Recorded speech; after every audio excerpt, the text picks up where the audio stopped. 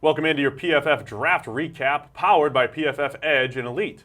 Today it's all about the Minnesota Vikings, Mike, and they kicked things off with Mike Hughes. I know he was one of your personal favorites throughout the entire draft process, adding another cornerback to the mix. And I think when you look at this Vikings team, the defense has been so good the last couple of years, and I don't know if some people were looking at cornerback as maybe not a huge need.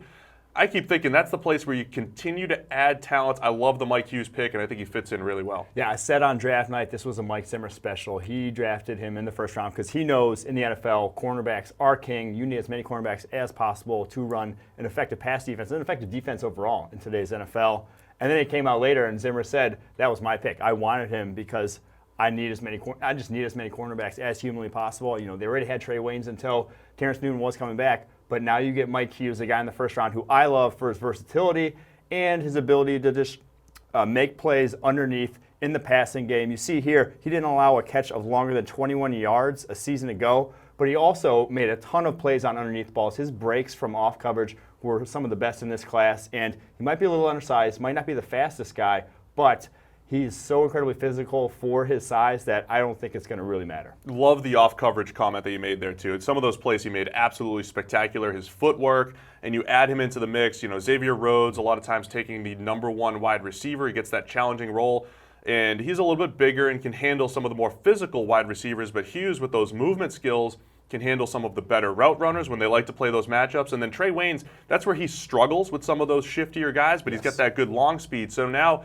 when you're talking about playing defense in today's NFL, when you're playing that matchup man type of coverage, I think you just need different style corners, and Hughes just adds a different component to the secondary. Another reason why I think it's just a great fit. Yeah, and Trey Waynes is not a guy that you want moving into the slot. And kind of Xavier Rhodes also. Those are both bigger, longer corners. You want them playing on the outside. Hughes is a guy who can play in the slot very effectively, and so now you have sort of a pick your poison, like you said. You can play a lot more matchups with a guy like Hughes. So Hughes got kicked out of North Carolina a couple of years ago, only really has one full year under his belt of production, but an 88.8 grade last year and a 44.4 passer rating against. So has some question marks off the field, but did a fantastic job on the field last year for UCF.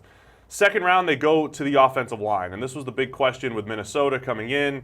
As mentioned, how corner didn't look like it may have been a need on the surface. Offensive line was the one that Vikings fans were saying, we have to get offensive line, we have to get offensive line. So they go second round, Brian O'Neill at number 62 overall, probably a little bit higher than we would have taken him, but in this offensive line class, probably not a terrible spot for him. Yeah, O'Neill is the classic U-word guy, upside. You believe that he can put it all together at the NFL level when he gets, better coaching and can finally, put together his pass protection, because as you see here, his pass blocking in the regular season at Pitt this last year was fairly good. He got protected a lot in that scheme, though. He goes to the Senior Bowl, and in the one-on-ones, a 42.1 grade was one of the worst in terms of pass protection there.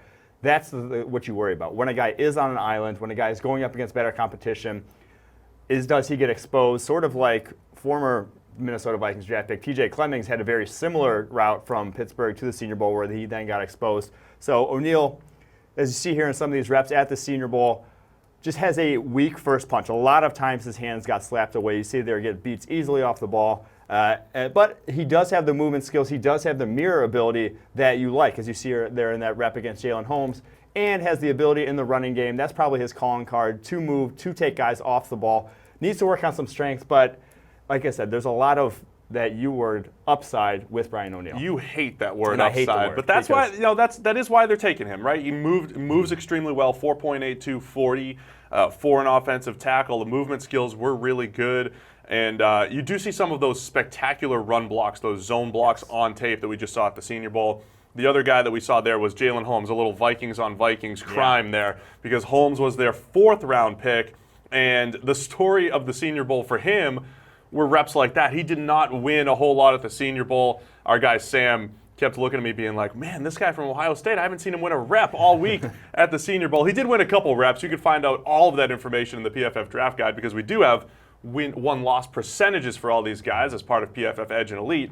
But when you look at Jalen Holmes, their number 4 pick, number 102 overall, just an okay player on this loaded Ohio State defensive line. Yeah, a lot of times I feel like you want guys to get smaller and play defensive end when they go from college to the NFL. If they're undersized 3 techniques, he's the guy who played a lot of end there at Ohio State that I almost want to get bigger and play defensive tackle at the next level and play more on the interior because I thought that's where he was at his best. That's where he won the most. And so I think if he does end up doing that, it could be where they got him might not be necessarily much of a reach compared to where we had him on our board. They needed to really add even more defensive line depth. Again, just continuing to add some depth pieces on that defensive side of the ball.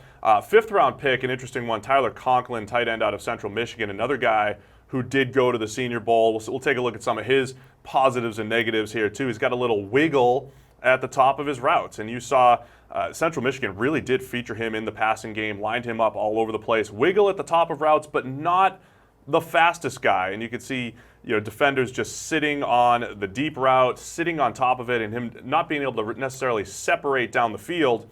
And the one other part of his game that he must improve are the drops. He had 5 drops last year on only 40 catchable targets, and that showed up at the Senior Bowl as well. So I think when you're talking about a fifth-round pick, Conklin plays a little bit bigger than his size. They put him outside a lot at Central Michigan and played some matchups, but has to catch the ball a little bit cleaner, and he's going to be in that possession type of role, I think, at tight end. And I would have liked to see the Vikings add some speed into that tight end room because you look at Kyle Rudolph, you look at David Morgan, and 2 guys who are not fast in their own right. So now that you add a third guy in Tyler Conklin, who ran a 4.8 40 at the combine, and it's almost like it's almost redundant at that point. So. I want to talk about my boy Colby Gossett, too. This is the one other pick that I really liked here. 6th-round pick, 213 overall. He's a guy that first caught my eye a couple years ago, 2015, an 89.6 overall grade, number 2 guard in the entire nation in that Appalachian State scheme.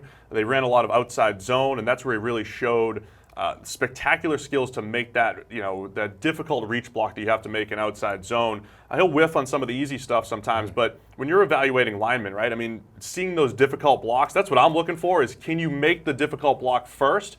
We'll coach up some of the other stuff. That's what I saw from Gossett. Yeah, the athleticism was there, which is rare when you look at small school offensive linemen. Usually if they're productive, they're probably not the athletes that get recruited by the Power 5 sort of schools, but the athleticism you could see was there with Gossett on tape. And so very interesting in terms of a late round pick because they need some offensive linemen to hit there on the interior for Minnesota. Because you only grabbed 1 in the early rounds there with Brian O'Neill. You need at least 2, in my opinion, along that offensive line for some help there. Yeah, hopefully a couple of these guys will hit for the Vikings, but Gossett, certainly a guy that is one of the more intriguing late-round options in the entire draft for any team. 4 solid years of grading in the PFF system, just some question marks in pass protection. Keep an eye on Ada Aruna, the other 6th-round pick, who really struggled in the PFF system, but just pure athleticism standpoint.